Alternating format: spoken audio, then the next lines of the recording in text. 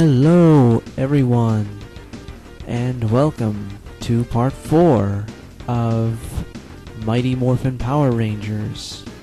Oh, I'm sorry, let me correct myself. I meant welcome to part 4 of Let's Play Mighty Morphin Power Rangers on the Super Nintendo. The long-awaited episode you all have been waiting for if you've been following my videos. And as we are heading to Area 4, we are down to 2 Rangers that we haven't used yet, and I just picked one of them. Of course, I'm going to be Trini in this level. She's not the best one of the bunch. She's not quite as good as Kimberly is. If you've seen the level 2 playthrough, I'll put a link here. In the middle of the screen, so you can get to that part. Anyways, basically nothing new. Pretty much just the same thing. Only thing that's really different, well, there's 2 things different. The area, which is just a building of Angel Grove, and building under construction, I might add, because some part of later on in the level, when you're already in your Power Ranger suit, you are at what looks like some kind of construction site. I'm not exactly sure. And also there are falling chandeliers. Ooh. Wow, I'm really running out of stuff to say here. Oh, there's the turkey leg from level 3.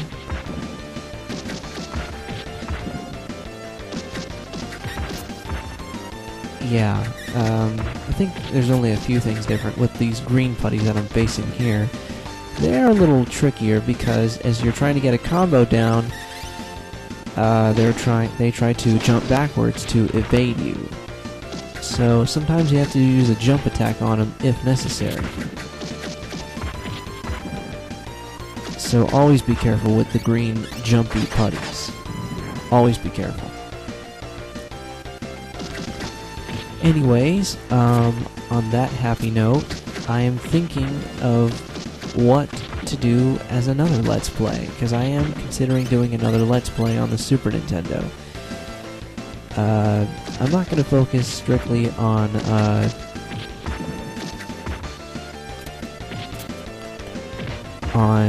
Super Nintendo games only. I mean, because, well, they're good, but I have a few gems on the NES as well. Technically, it's a NES emulator. But you know what, guys? I want to hear you. You've heard me for like the past couple of videos, with the exception of that one I made recently, some weeks ago. Yeah. Saber-tooth tiger! Sorry, I started watching the show again, and that's the power coin she uses. And she's got the power daggers. Sweet. And you see that, well, if you see the red putties, there's some new red putties. Be careful with those if they're barehanded, because the knives they have, be careful because make sure you don't get hit when they throw their knives at you. Which also makes me beckon the question. I've seen the show recently, like even the ones with the Green Ranger, Tommy, who's played by Jason David Frank.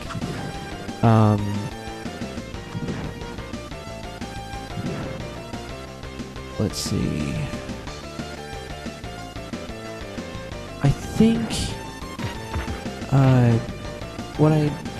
one thing I don't get in this game compared to the show is the fact that the putties don't fight you barehanded. They do in the show, but not in the game. They have like these knives and guns. Since when did they start carrying weapons? I mean, leave that to the Power Rangers. It's one thing they do it. But my assumption here is that it would just be too easy. But it's already easy enough, so Yeah. Oh yeah, and you see these little roller tank things? They're your enemies too. And there was a thing that just shot a laser at me. Kind of reminds me of that little device that comes off of the metallic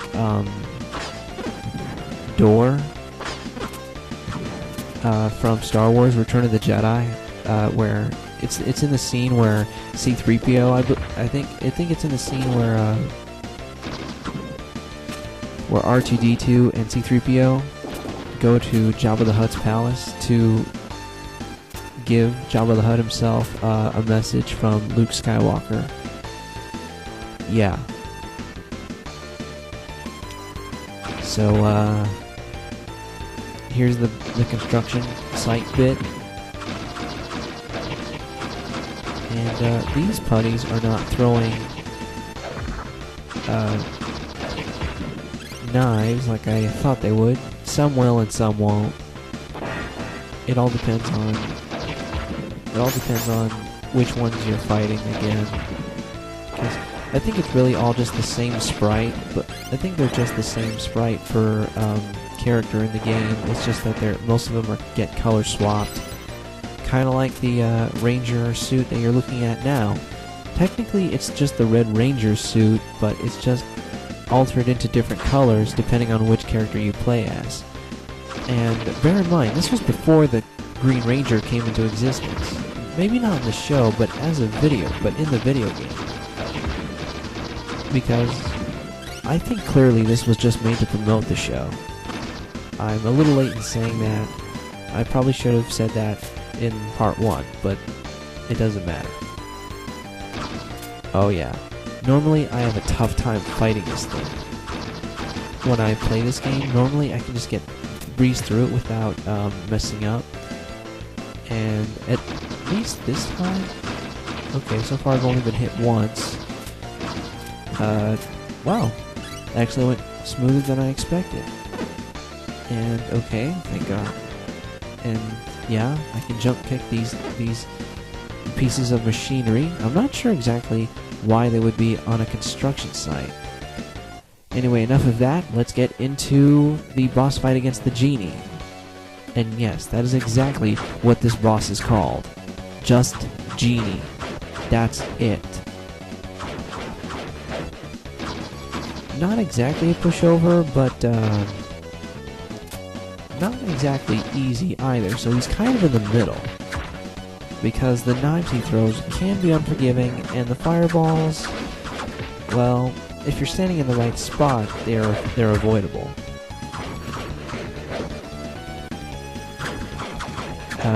You'll see in just a minute that one thing I hate about this boss fight is, other than these knives he's just been using, those dragons you just saw come out of the right side of the screen.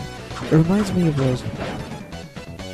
My god, it just reminds me of that, of those eyeballs that would just come at you non-stop in the second level of Altered Beast. So anyways, I want to know what you guys think of what I should do for my next Let's Play.